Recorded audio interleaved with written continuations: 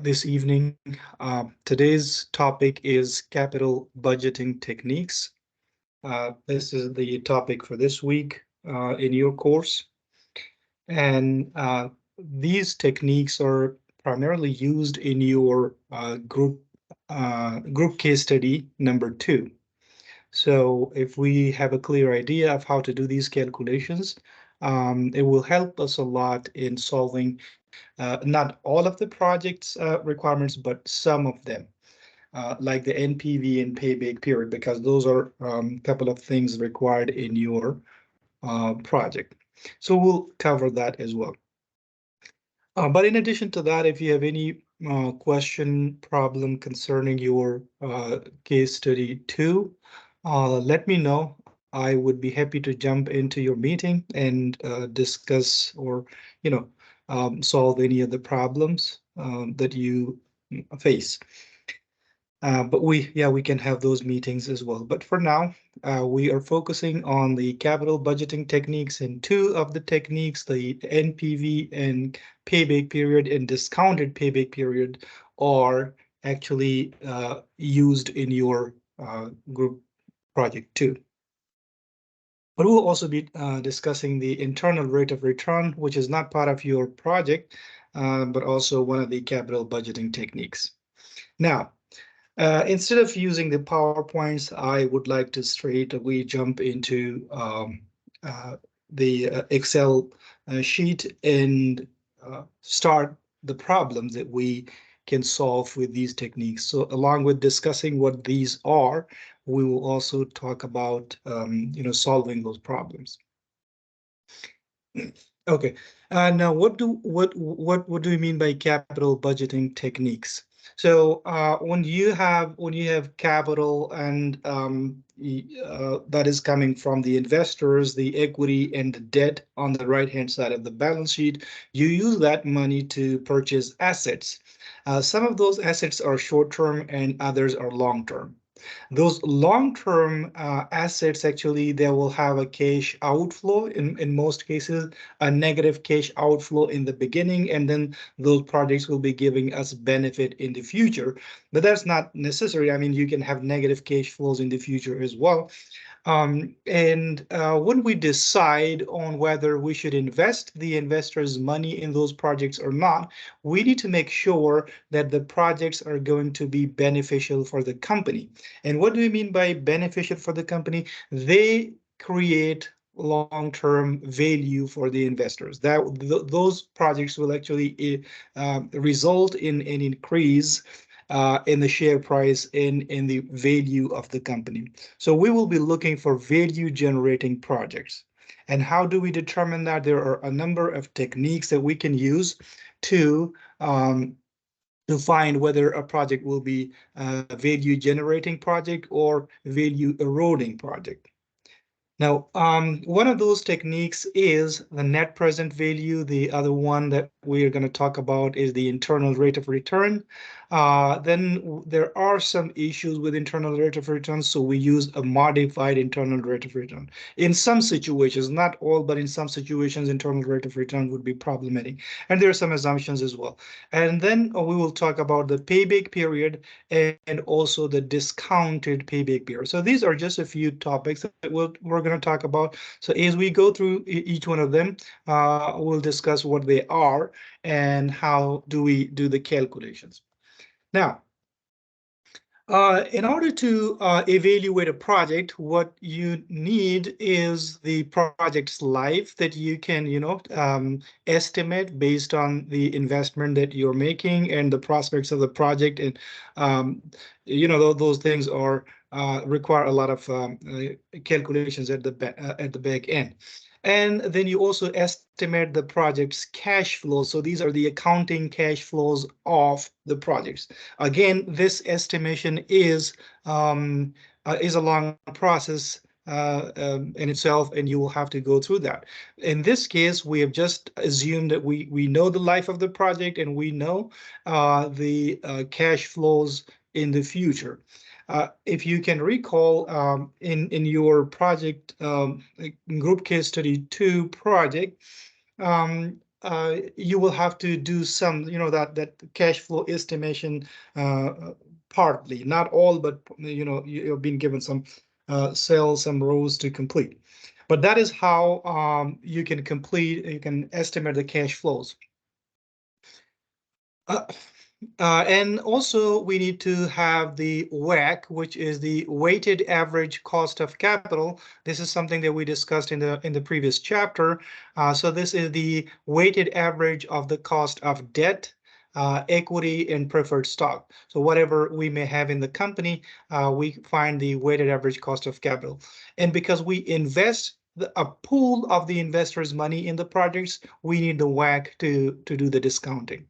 So once we have these numbers, and in your project, if you can recall, you are also required to find WACC. And that is something that we don't discuss in this particular class, but we talked about that in the previous class. But if you still face any problems, let me know. We can discuss those as well. Okay, now we've got two projects, and those projects have these cash flows. This initial cash flow at time zero is a negative value, read in parentheses, and both of these projects have future positive cash flows. So those are the inflows from the projects. Okay. So the initial cash flow is an outflow and the future ones are inflows. But you may have some projects that will have a cash outflow in the future as well. And those will be what we call the non-normal cash flows. These are the normal ones where we have negative cash flow in the beginning and then inflows in the future. Now, are these good projects? Should we accept those or not? If these are the cash flow estimations. If you ask an accountant, the accountants can do the accounting. They can find the accounting net benefit of these projects. So what will be the accounting net benefit of these projects? If you look at project M, for example, we have 5,000 cash inflow for the next 5 years.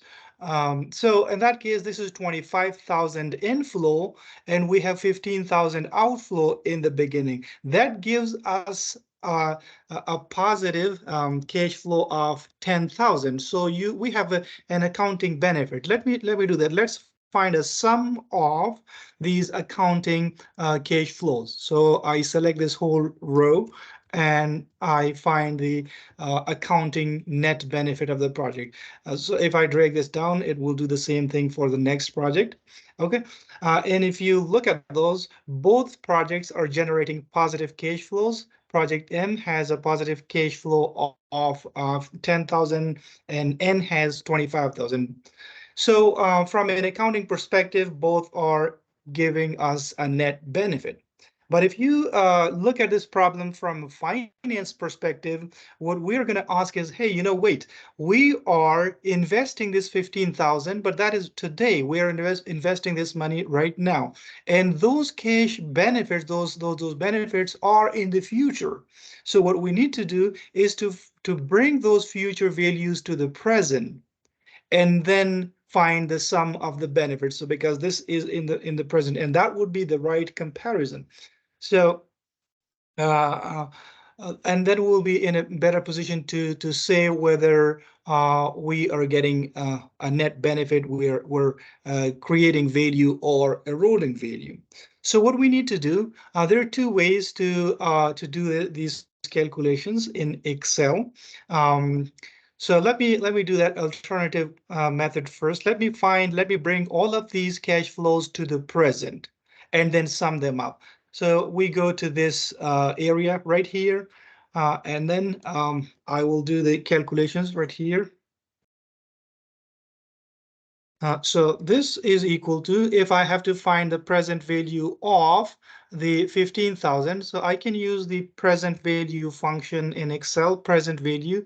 It is asking us to give it the rate. So I'll give that 13%, which is our WACC. And let me make this an absolute value by pressing the F4 button. The dollar sign appears before and after the column reference. And that means that this reference is now absolute.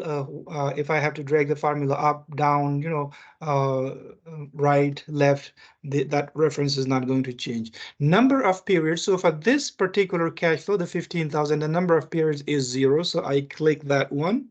And I am discounting, I'm finding the present value of each one of them one by one. So there is no PMT, there's no annuity payment in that case. And the future value is 15,000. Okay, now you know that this 15,000 is a negative value, and we also know that if we give it this 15,000 as a negative value, it will give us a positive answer.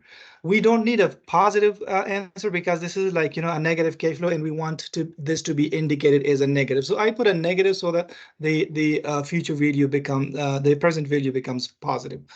And comma, we can ignore the type because this is an ordinary annuity. So that is it. The other thing that we need to make sure is that for the number of periods, which is the C6 cell, so when I drag it to the right, I want this to move, but when I drag it down, I don't want this to move. So if you, in order to do that, in order to make that absolute value, if you press the F4 button twice while you are on that reference in your formula, the dollar sign is now only after the column reference, and that means that if you drag it to the right, it will be moving to the right. But if you drag it down, it will not move, and that has a benefit right here. So it gives me a negative cash flow of 15,000. Reason is that, it's already in the present. It's already at time 0. So the present value is the same as we have. And if I drag it to the right, it will do the same calculations. It will find the present value of all of those cash flows. In order to double check, I can click right here. And in this case, it is using the 13% WAC, discounting it for 2 years. Dr. And Ula, I'm sorry. I'm sorry for interruption. I guess for the past 30 seconds, I'm not seeing anything from my end, and I saw another, student kind of mention that. Just want to check with everybody. Okay? Now it's working. I see. Yeah. Okay, so you were unable to see my screen? Yes. So it froze for a while, and then it disappeared. Oh, sorry. Okay. So, did you see? Yeah, if you start with the alternative method from the beginning, yes. Okay, all right. Okay, sure. Thank you. Let me delete. Oh, you're welcome. That's a good thing to mention. Just let me know if there's anything that doesn't work, or if you're not clear about it. So what I'm doing in the alternative method, I want to find the present values of all of these cash flows so that I can find the sum of the present values, and that will give me the net present value. That's that's the reason we call it the net present value. So what I'm going to do, I will use the PV function, the present value function in Excel. If it freezes again, just tell me right away so that we can fix it. So it is asking for the rate, and rate is 13%. We're going to use WAC. I'm going to press the F4 button so that the dollar sign appears before and after, which means that wherever I drag the formula, that reference is going to stay absolute. Number of periods for the first cash flow is 0. And I'm going to press the F4 button twice, and you can see that the dollar sign is only after the column reference. That means that if I drag it to the right, the reference is going to change from year 0 to year 5. But if I drag it down, it will not move down. So that's like, one-sided absolute value. Comma, the PMT is 0 because we are calculating the present value of each one of these cash flows one by one. So this is not an annuity.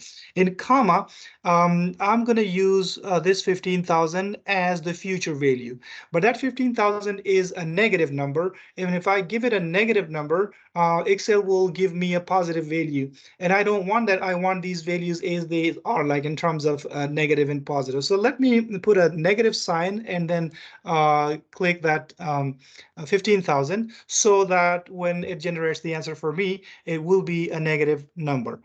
And I can ignore the type because we already know it's an ordinary cash flow, and it is taking place at the end of the period. Okay. Okay. All right. Now I press enter, and that is 15,000. It's the same because the 15,000 is already in the present. It's already at time zero, so it should be the same. Now I drag it to the right, and I get the present values of each one of these cash flows one by one. So, for example, the present value of the 5,000 that we get at year 5 is just 2,713. Just to make sure that our calculations are correct, you can double click on one of them to make sure. So this last one, it is still using 13% WACC, and it is discounting this 5,000 for 5 years. So we're good in terms of that. And we can do the same for the next project as well. So if I drag this formula down, you can see that the WACC is still the same, and it is still using the same number of periods, like 0. But if I drag it to the right, the number of years will change. You can see it goes to number 1 now. Now I drag it to the right and do the whole thing, and these are the present values of the cash flows of the second project, project M. Now, in order to see, like in this case, we found the accounting benefit. We just simply found the sum of the present, the negative and positive cash flows, and we can see that these projects are generating positive accounting benefit. But now in the second, in this scenario, we brought all of these values to the present. So we'll have to find the sum of these present values to see whether the net present value is a positive number or a negative number. So equal to sum of all of these cash flows for project M. Okay.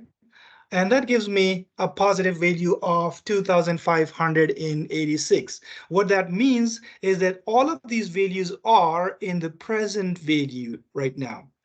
And if I sum them up, my outflow and inflow, the inflow is still 2,586 more than the outflow. That means that the NPV is positive, and the project is giving me a net benefit of 2,586. Now, this is not an accounting benefit, but if you look at the accounting terms, in accounting terms, it is giving us 10,000 profit. But from a finance perspective, it is giving me 2,586, but that is still a positive number. The positive cash flows are more than the negative, and this is a good project. So for a project to be accepted for NPV, on the NPV criteria, if the NPV is a positive number, that means that the net benefit of its the present values of future cash flows is more than the cost of the cash outflows, the cost of the project. And that will be accepted. So if I drag it down, it does the same thing for me for the second project. And I have got 4,200. Now, in this case, both of these projects are giving me a positive NPV. They are actually giving me a benefit. Okay, and both projects, if these are mutually exclusive, if these are independent projects, for example, independent means that I can take both of them at the same time. They will not affect each other. And both of them are giving me the benefit. And if I have the cash and the money available for both of them, I can take both of these projects because they both generate positive NPV and they are both adding value to the company. And as soon as the company announces a project that has a positive NPV, the share price goes up immediately because the investors know that this value is going to be added to the company, even though it will be in the future. But, we have brought these values to the present, so the share price also goes up in the present. that is the benefit of the NPV. The NPV decision criteria is if NPV is greater than 0, if NPV net present value is greater than 0, then we accept it. Accept the project. All right. If it is less than 0, that means that instead of adding value, this project is actually eroding value from our company. Okay, and in that case, it will lead to a decrease in share price. Now, when the NPV is 0, that means the project is just meeting our WACC. It is just meeting our cost of capital. And then, if there's no other opportunity available, you can still go for it because you can still earn the cost of your capital. But, we will be looking for projects that are generating positive NPVs. Now, what if these two projects are mutually exclusive? What that means is that I can take only one of those projects.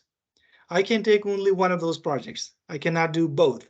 An example would be like, you're going to install a new ERP system in your company, and you have, offers from Microsoft, and you're also considering SAP, for example. You did the cost benefit analysis, you found the NPV, and these are the NPVs. Now, the one that gives you the highest NPV is going to be accepted because that gives you the more benefit. You cannot take both of them at the same time. You will take the one that gives you the highest benefit. And NPV in most cases is the decision criteria. If NPV is positive for a project, then we take it.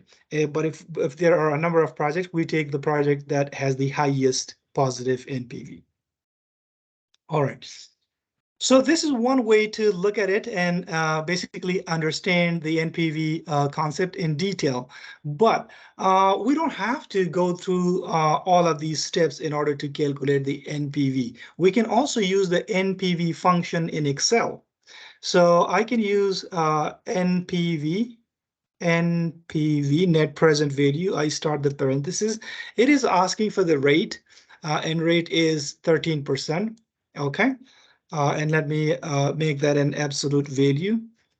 In comma, it is asking for the values. Now, one of the things that you need to consider in Excel, it is asking for all the values, but you don't start with the first negative cash flow. We add this back at the end. We start with the second cash flow. So we start with the cash flow in year 1, select all of those values. So we have given it all the values.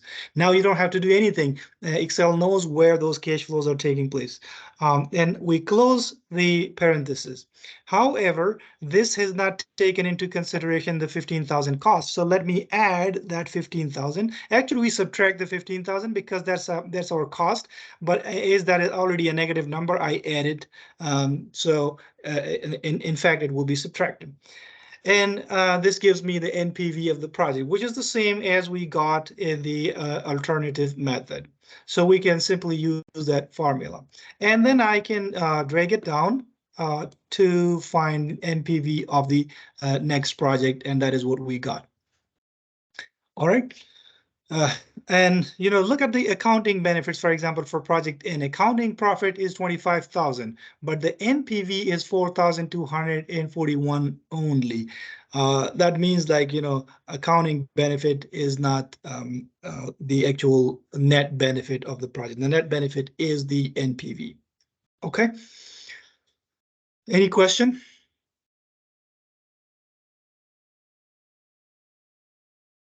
All right, all good. So the next technique that we use is what we call the internal rate of return. The internal rate of return is basically the rate of return that the project gives you. The return that the project gives you. It is internal to the project. Now look at the WACC, for example. WACC is 13% here for us, and that is the minimum requirement for us. This is the cost of our capital. This is the cost at which we acquired our capital, our funding. And we would be looking for a project that gives us a return of more than 13%, and only then can we generate value for the investors. So we would be looking for a project that gives us more than 13%. So what we need to do is to find the internal rate of return of these two projects, the return that is internal to these projects. And if that internal rate of return is more than 13%, we will accept the project. If it is less than 13%, that means it is not meeting even our cost of capital, and we will not accept it. Okay, so let's do it. The internal rate of return, and this is basically the yield to maturity concept is the same as the IRR that we discussed. We discussed yield to maturity in the bonds chapter, and it is very simple. We simply try to find the rate of these cash flows. Okay, but the rate of the rate of return that the project gives us. But in Excel, we can use the IRR function. So equals to IRR, and we start the parentheses. If you see, it is asking for the values only the values. Now for IRR, we can give them the full values right here, starting from year 0. Now you need to remember that in NPV, we start with the second cash flow, but in the IRR, we give it all the values. And then it is asking for a guess, like what is your guessed rate of return? I don't care. I want you to give me the value. So I just close the parentheses and enter it. That means the project M's internal rate of return is 19.86%. The project is giving me 19.86%. And what is my minimum requirement? My minimum requirement is 13%. So any project that gives me more than 13% would be a good project for me. And this one is giving me 19.86%. So this is a good project to be accepted. It is giving me more than what I require at a minimum. Okay, and if I drag this down, the second project gives me an internal rate of return of 16.8%. Now this is also more than my my cost of capital, weighted average cost of capital, which is 13%. So both projects are still giving me a high an internal rate of return, which is more than the cost of capital, and both projects are accepted. Okay. Now, if you look at these two projects, the NPV criteria tells us that both projects are good because the NPV is positive. IRR also tells me that both projects are good. They have IRR, which is more than our cost of capital, weighted average cost of capital. So both criteria are the same. However, if you look at the two and compare if these are mutually exclusive projects, then NPV tells me that I should accept project N because that NPV is higher. And the IRR technique tells me that I should accept project M because that IRR is higher, is the highest amongst the two. So what is the reason for that? Why is this conflict? And that conflict, if these were similar projects in terms of cash flows, in terms of size, then NPV and IRR would lead you to the same decision. But if you look at the cash flows of project N, these are significantly higher than project M. So that means project M is a comparatively smaller project. Okay, and that is why its NPV is comparatively smaller because the size of the project is small. Consider two projects. One is like, a few 100,000 investment. Another project is millions of investment. So of course, the millions of investment project would be generating more, bigger numbers.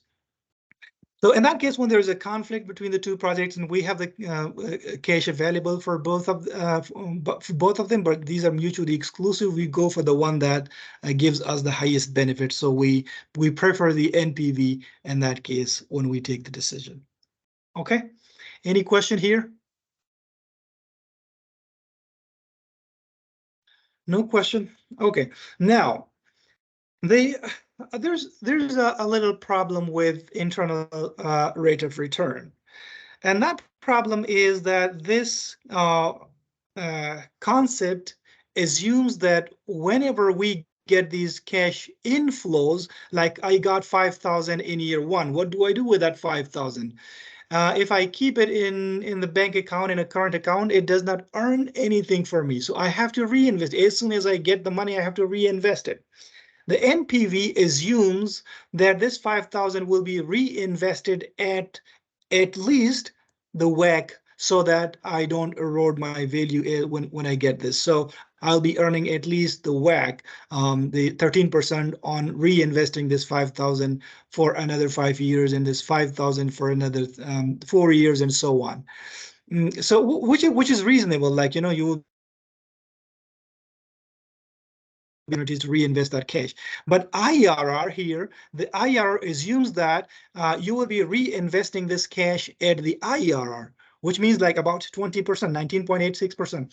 That means as soon as you get this 15,000 in 5,000 in year one, you will have another opportunity readily available to reinvest this 5,000, and that other opportunity will also be giving you 19.86%, which might not be realistic. Well, you know, it's hard to find those opportunities right away.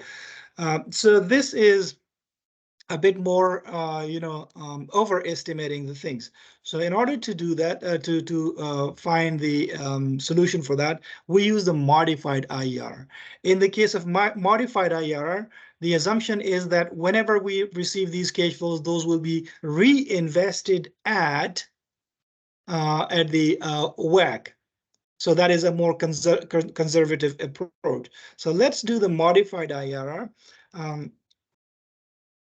Okay, so the function for that is MIRR, modified IRR, and it is asking for the values so we can give the cash flows. And it is also asking us for the finance rate. Finance rate is the cost of capital, and it is also asking us for the reinvest rate. And the reinvest rate, we're going to give it the cost of capital is the reinvestment rate, instead of, you know, it assuming that we will be reinvesting at 19.86%. So let's give it the values. Values are these, and then comma. It is asking for the finance rate. The finance rate is our cost of capital. That is the rate at which we got our financing.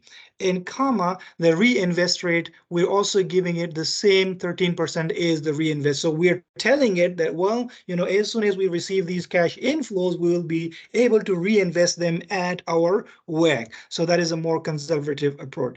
When I do that, I get 16.65. You see that it is much less than the IRR. Reason being that now we're assuming taking a more conservative approach. And if I drag that down, let's see. Okay, so that's the problem. I have to make sure that this cell reference, I didn't put that dollar sign, you know, before and after. So what I need to do, I'll go back to that formula, double click on this, and when I give it the rate, this rate, I press the F4 button.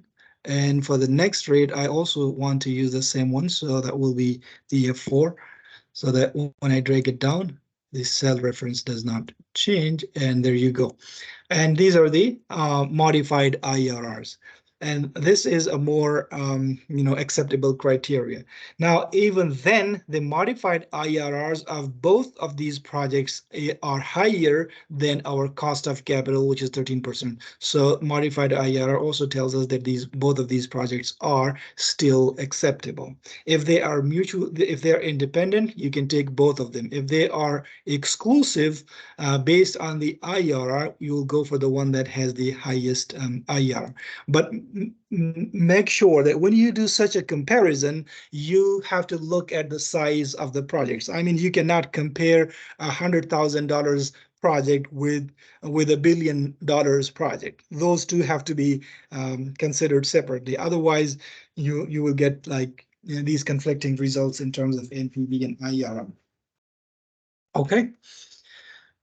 So the project should also be comparable in size. All right. Any question?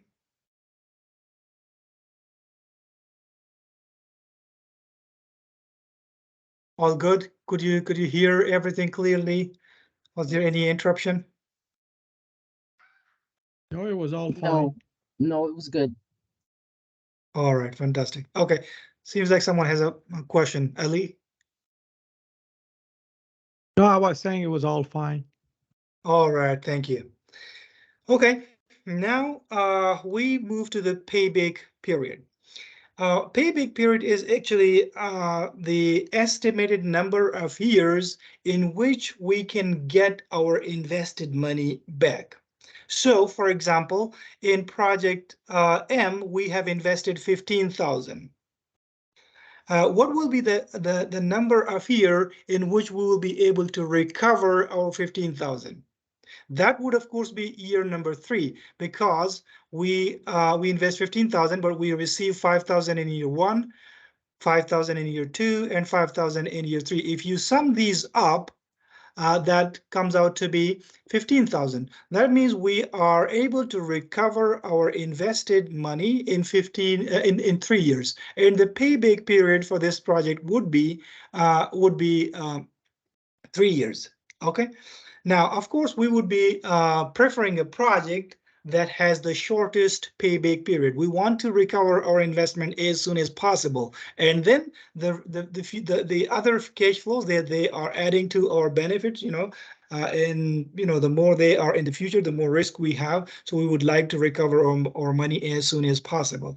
Now, if you have 2 projects exactly similar, they have the same NPV. Okay, this IRR technique, this lead us to the same decision. Then the third thing that you would consider, you would go for the project that has the shortest payback period. If the projects are, in other words, the same, they have the same NPV, you will go for the one that can give you a quick payback. So what will be the payback for the second project? Well, we are investing 15,000. In 3 years, we would have recovered 42,000. So that means 3,000 is still to be recovered. So our recovery will be somewhere between year 3 and year 4, right? Somewhere here, 3 point something. So we don't exactly know. And in that case, we use a formula to find the exact value. So let's see how we do that. We go to the payback period, and here, in order to do the calculations, even though the required thing is right here, but we have to do a little more calculations here, one more step, in order to calculate the payback period. So the first thing that we need to find is to find the cumulative cash flows. Cumulative means, like, as we move on, what is our net cash flow position. So in year 0, for example, right here, our cash flow is 15,000, and that's a negative number. Okay, so we have a cumulative cash flow of minus 15,000. When we move on to year 1, we have, this will be equal to the cumulative cash flow. This will be equal to the previous cumulative cash flow plus whatever we get or invest in year 1. So that is 5,000. So I'm adding 5,000, and now my cumulative cash flow is 10,000, which means, like, I still have to recover 10,000. And if I drag this to the right, it is adding more and more. In year 2, I still have to recover 5,000. In year 3, I have recovered everything that I invested. Okay. So that is why the cumulative cash flow becomes 0. Whenever cumulative cash flow becomes 0, that is your exact payback period. But we can also use the formula to do this, to find that payback period is year 3. We will do the same for the next project. So we find the cumulative cash flows. But before doing that, let me find the payback period for project M, and then we'll do the project N. Okay, so the payback period formula is, payback period is equal to the year before full recovery. What is the year before full recovery? That is year number 2, right? Because we still have to recover something. Plus the uncollected amount before full recovery. How much is the uncollected amount before the full recovery? That is 5,000. We still have to recover 5,000. And that will be divided by the cash flows during the full recovery period. What cash flow do we get in the full recovery? We know that the full recovery period is year 3 somewhere, but what is the cash flow in that year? The cash flow in that year is still 5,000, so we'll use that value. Now let's do it. Let's build our formula for project M. A payback period would be equal to the year before full recovery. I know that is year number 2, so I press 2, and plus the uncollected amount. Now that uncollected amount is a negative number, but remember the formula needs a positive number. Okay, so I put another negative here and then click the 5,000, which is the uncollected amount, so that it makes it positive. Okay, and then divided by the cash flow during the full recovery period. So I go to the cash flow during year 3. I go to the accounting cash flow during year 3, and that is 5,000. And you see, it gives me a payback period of 3.00, exact 3 years. And that is also evident from the cumulative cash flows, because the cumulative cash flow becomes exact 0. So that is quite easy. For the second project, let's find the cumulative cash flow. So in year 0, our cumulative cash flow is 45,000. Okay, in the second year, cumulative position would be the previous cumulative position plus whatever cash flow we get in the following year, and that is 14,000 in year 1. Okay, so that means like in year 1, we still have to recover 31,000, and then we drag it to the right, and that populates everything. Now you can see that the sign changes from negative to positive between year 3 and year 4. That means the payback period is somewhere between year 3 and year 4. The year before full recovery is year 3, and the recovery period is year 4. Okay, now let's build the formula for this one. So equals to the year before recovery, payback period. Year before recovery is year number 3 here. So I put 3 and plus the uncollected amount before the full recovery. That is 3,000, still 3,000, but this is a negative number. I need a positive number in the formula, so I put another negative here and click this uncollected amount, and then divided by the cash flow during the recovery period. So that recovery period is year 4. So let me go to year 4 and take that cash flow. All right, that comes out to be 3.60. Sorry, doctor. I'm thinking you Mhm. pick the first project, not the second. In Oh, the cash really? flow. Yeah. Oh, okay. Thank you. Thanks for mentioning that. Appreciate that attention to details. Also equals to full recovery, which is year number 3, plus minus the uncollected amount before the full recovery, which is 3,000, and divided by the cash flow during the recovery period. This one, I picked up this one wrong, right? Yeah, you pick the first one, like 5,000. Okay. Thank you. I appreciate that. Yep, that makes a difference. So that is 3.21. Just make sure again. 3 plus. Yeah, okay. Now we have 3.21, which means that it will take 3.21 years for us to recover our money from project N. Okay. Just give me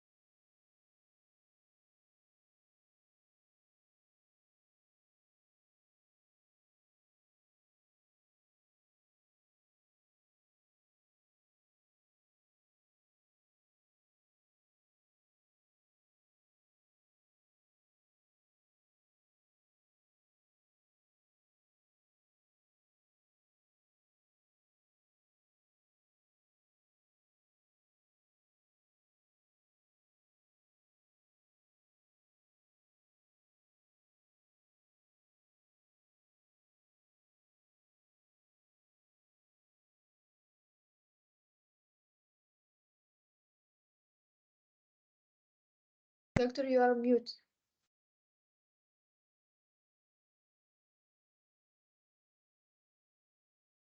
Yeah, I cannot hear him anymore. Is it just me? No, same here. Okay.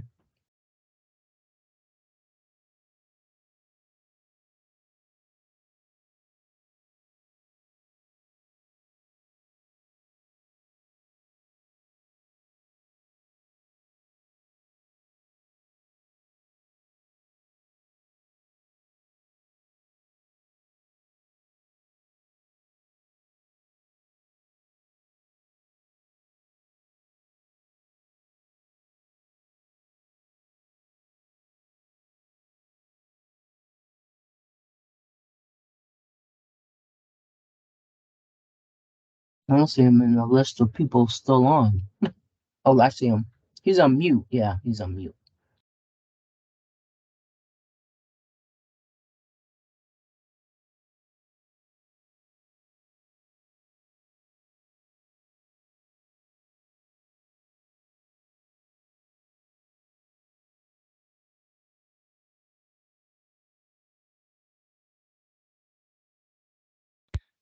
Hello, can you hear me?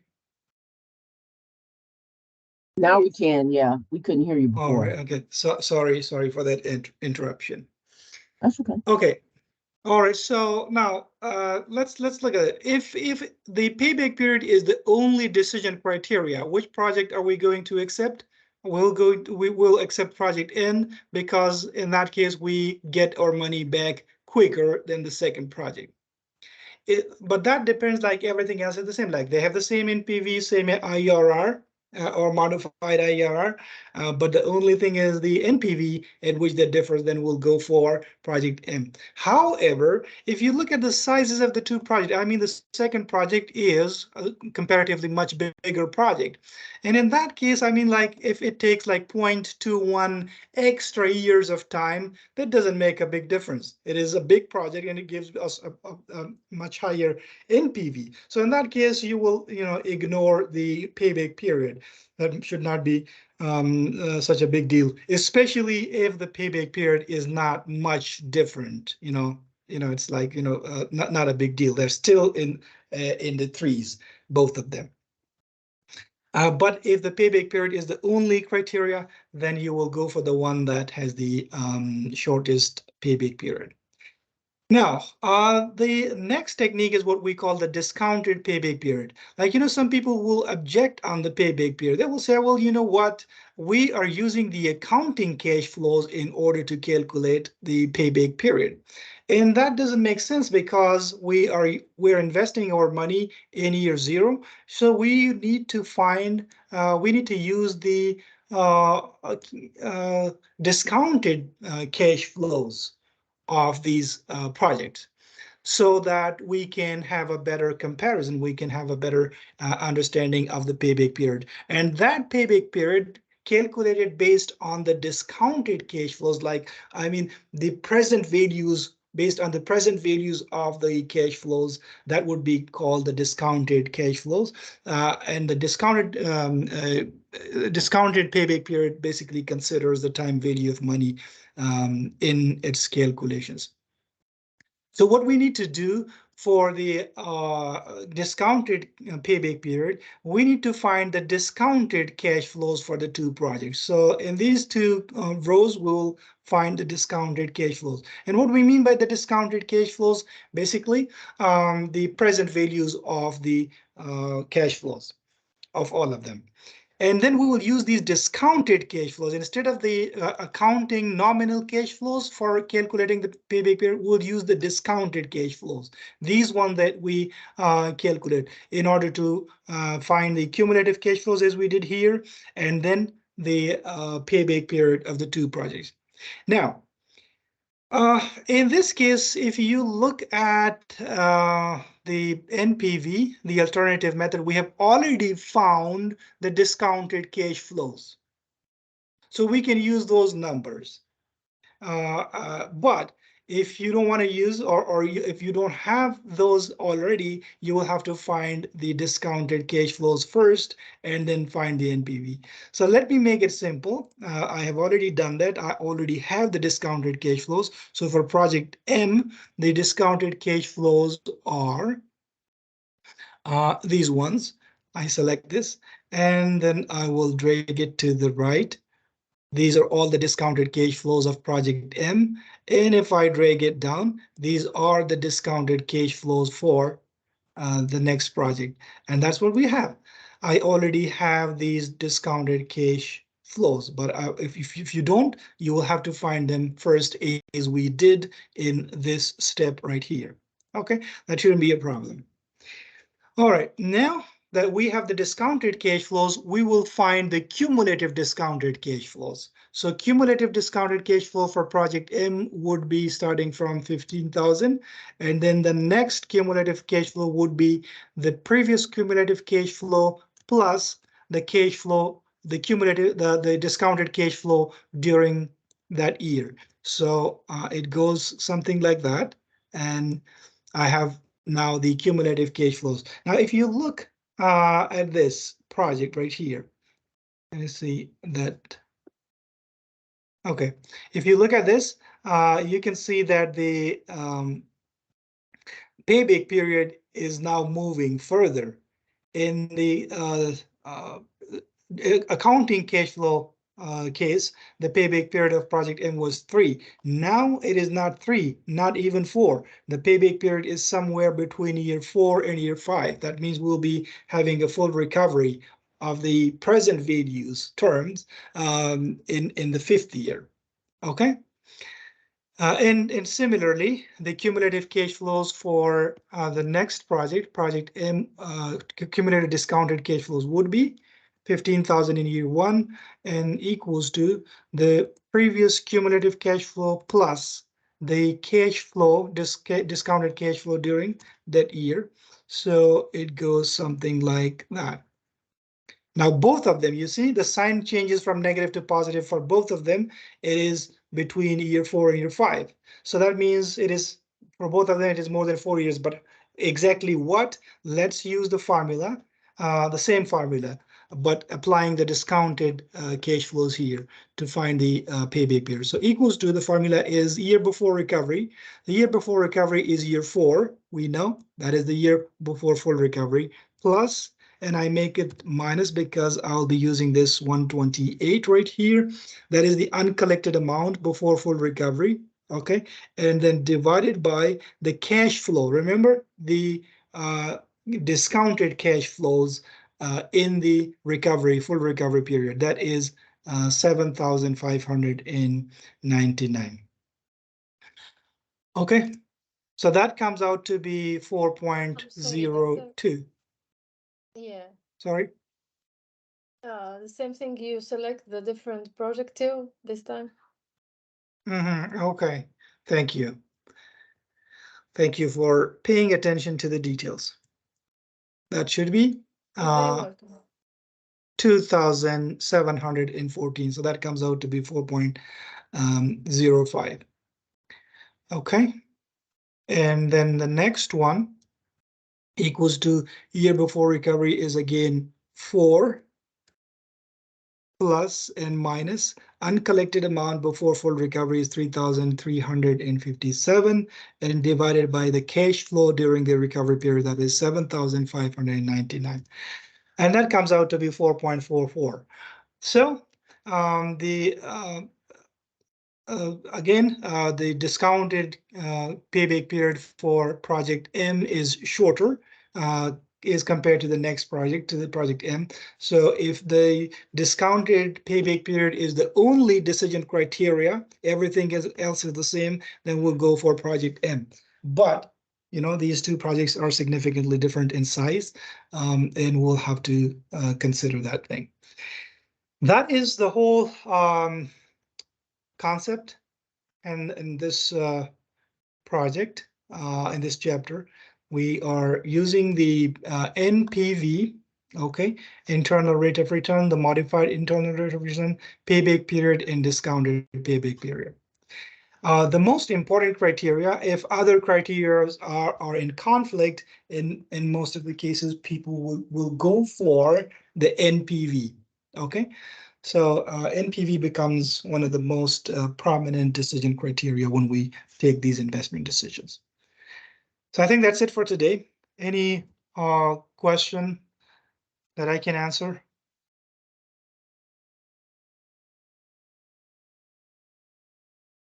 Thank you. You're welcome. So you'll be using, you'll be calculating the NPVs and also the payback periods and this, I think, discounted payback period in your group project as well. If you still face any problem, any difficulty, just let me know and I'll be happy to help. Thank you. All right. Thank you very much indeed for joining the class today. And I'm looking forward to your assignments and your projects. Take care and have a good evening. You too. You too. Thank you. Thank you. Thanks. Bye.